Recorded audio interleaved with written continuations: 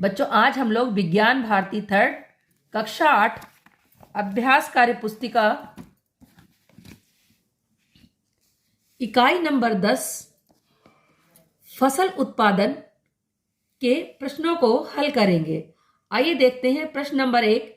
निम्नलिखित प्रश्नों के सही विकल्प छांटिए। प्रश्न है, रासायनिक उर्वरकों में प्रचुर मात्रा में पाया जाता है। रासायनिक उर्वरक बच्चों खेत में उत्पादन बढ़ाने के लिए डाले जाते हैं, जैसे यूरिया। अब आइए देखते हैं इनमें प्रचुर मात्रा में क्या होता है। यहां पर विकल्प दिए हुए हाइड्रोजन एवं ऑक्सीजन, कार्बन एवं सोडियम, नाइट्रोजन एवं फास्फोरस, इनमें से कोई नहीं। तो रासायनिक उर्वरकों में सबसे ज्यादा मात्रा में नाइट्रोजन और फास्फोरस होती है। जैसा कि आप सब लोग जानते होंगे, यूरिया में सबसे ज्यादा 46% नाइट्रोजन होती है और हमारे वातावरण में 78% नाइट्रोजन होती है। प्रश्न नंबर ख है, नाइट्रोजन स्थिरीकरण की प्रक्रिया में पौधे बदलते हैं। नाइट्रोजन स्थिरीकरण की प्रक्रिया में पौधे नाइट्रोजन को नाइट्रेट में बदलकर ही ले पाते हैं। तो यहां पर सही विकल्प होगा, नाइट्रोजन को नाइट्रेट में बदलते हैं। उसके बाद आता है सोनालिका, कल्याण सोना आदि किस्में हैं। सोनालिका, कल्याण सोना, ये किस्में हैं गेहूं की। बच्चों, ये गेहूं की किस्मों के नाम हैं। इसी तरीके से प्रश्न नंबर घ है, मछली के तेल में पाए जाने वाले विटामिन हैं। तो मछली के तेल में विटामिन ए और डी पाया जाता है, जैसे कि सार्क में। उथली जुताई की जाती है। उथली जुताई किस उपकरण से की जाती है? ये उथली जुताई मिट्टी के ढेलों को फोड़ने के लिए। बच्चों, इसे आपने गांव में देखा भी होगा। उथली जुताई में मिट्टी के बड़े बड़े ढेले छोटे छोटे टुकड़ों में बदल जाते हैं और ये हैरों के द्वारा किया जाता है। उसके प्रश्न नंबर 2 है, रिक्त स्थानों की पूर्ति कीजिए। यहां पर कुछ शब्द दिए हुए हैं, उन शब्दों को इन वाक्यों में भरना है। आइए देखते हैं। किसी स्थान पर उगाए गए एक ही प्रकार के पौधों को फसल कहते हैं। क्षतिग्रस्त बीज जल की सतह पर तैरने लगते हैं। बच्चों, अच्छे बीज और बुरे बीज की पहचान के लिए उनको पानी में डाला जाता है और जो बीज तैरने लगते हैं वो बीज बोने लायक नहीं होते और जो पानी की तली में बैठ जाते हैं वो बोने लायक होते हैं। तो क्षतिग्रस्त बीज जल की सतह पर तैरने लगते हैं। अगला है, मक्का, बाजरा आदि बीज बिखेर कर बोए जाते हैं। बच्चों, आप लोगों ने देखा होगा, कुछ लोग झोला या थैला ऐसा लिए रहते हैं और मुट्ठी से बीजों को बिखेरते रहते हैं खेत में। फिर है, फसल के साथ उगे अवांछनीय। अवांछनीय यानी जिनका कोई काम नहीं है, उन पौधों को क्या कहेंगे? खरपतवार कहते हैं। प्रश्न नंबर 3 है, निम्नलिखित पोषक तत्वों में से मुख्य पोषक तत्व, गौण पोषक तत्व एवं सूक्ष्म पोषक तत्वों को छांट कर उनके समूहों में लिखिए। यहां समूह दिए हुए हैं, समूह नंबर 1, समूह नंबर 2, समूह नंबर 3, और यहां पर कुछ शब्द दिए हुए हैं। उन शब्दों को अगर मुख्य पोषक तत्व में आता है तो ये इस कॉलम में भरेंगे, गौण पोषक तत्व में आता है तो इसमें, और सूक्ष्म पोषक तत्व में आता है तो इसमें। अब देखिए, मुख्य पोषक तत्व हमने इन्हीं में से छांटा है जिनको पौधों की सबसे ज्यादा आवश्यकता होती है। नाइट्रोजन, ऑक्सीजन, पोटेशियम, फास्फोरस और हाइड्रोजन है।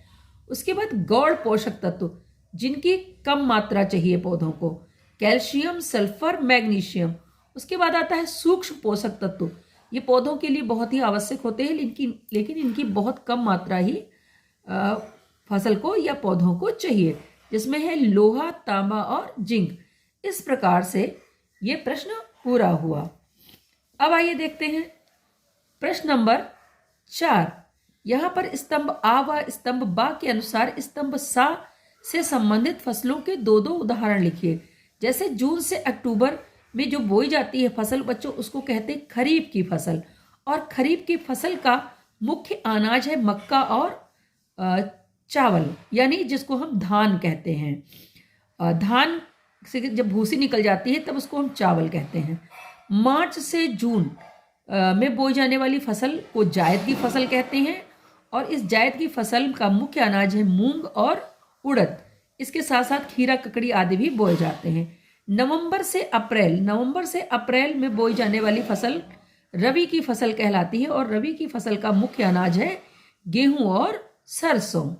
तो प्रश्न नंबर 5 पर, प्रश्न नंबर 5, स्तंभ आ और स्तंभ बा। यहां पर स्तंभ आ और स्तंभ बा में कुछ चित्र दिए हुए हैं, उनका मिलान करना है। तो पहले तो हम चित्रों के नाम देख लेते हैं। यहाँ पर ये दांतेदार हंसिया है, ये डिबलर है, ये हैरो है और ये स्प्रिंकल है। तो स्प्रिंकल, देखिए पानी दिखाया गया है, यहाँ पर पानी फुहार के रूप में निकल रहा है। तो इससे क्या किया जाता है, सिंचाई की जाती है। तो स्प्रिंकल को हम सिंचाई से मिला देंगे। हैरो, इससे उथली जुताई की जाती है। फिर डिबलर, ये बुआई के काम आता है। और दांतेदार हंसिया, ये किस काम आता है, दांतेदार हंसिया ये बच्चों फसल कटाई के काम आता है। इस प्रकार से इसको हमने मिला दिया है।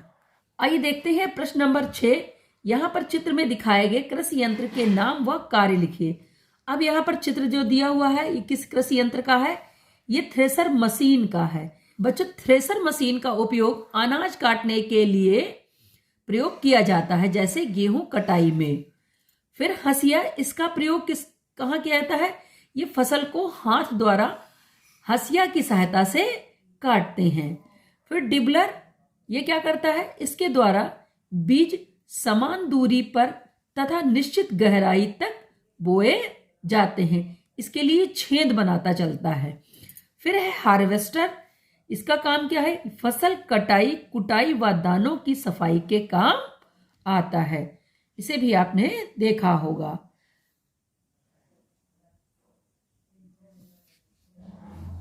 प्रश्न नंबर 7 है, निम्नलिखित के एक शब्द में उत्तर दीजिए। खरपतवार को हटाने की प्रक्रिया कहलाती है खरपतवार नियंत्रण। उचित अंतराल पर फसल में पानी देना सिंचाई कहलाता है। पकी हुई फसल को काटना कटाई कहते हैं। दाने को भूसे से अलग करना मड़ाई कहते हैं। प्रश्न नंबर 8, दिनेश ने अपने खेत में रबी की फसल के अंतर्गत गेहूं की फसल उगाई। गेहूं की फसल के बाद उसने उसी खेत में दलहनी फसल उगाई। आपके अनुसार दिनेश फसल की किस प्रक्रिया का प्रयोग कर रहा है और क्यों, लिखिए। दिनेश ने गेहूं की फसल के बाद उसी खेत में दलहनी यानी दाल वाली फसलें जैसे चना, मटर आदि फसल उगाई। इस प्रक्रिया से भूमि की उर्वरा शक्ति बनी रहती है। इसे फसल चक्रण या फसल चक्र कहते हैं। इस तरह से फसल बोने पर भूमि की उर्वरा शक्ति सुरक्षित बनी रहती है, लेकिन मृदा को यानी मिट्टी को अधिक उपजाऊ बनाने के लिए रासायनिक, कृत्रिम अथवा प्राकृतिक खादों का भी इस्तेमाल किया जाता है। बच्चों, आपने देखा होगा आपके घर में जो खेत होंगे उसमें एनपीके या यूरिया या गोबर की खाद आदि भी मिलाई जाती है।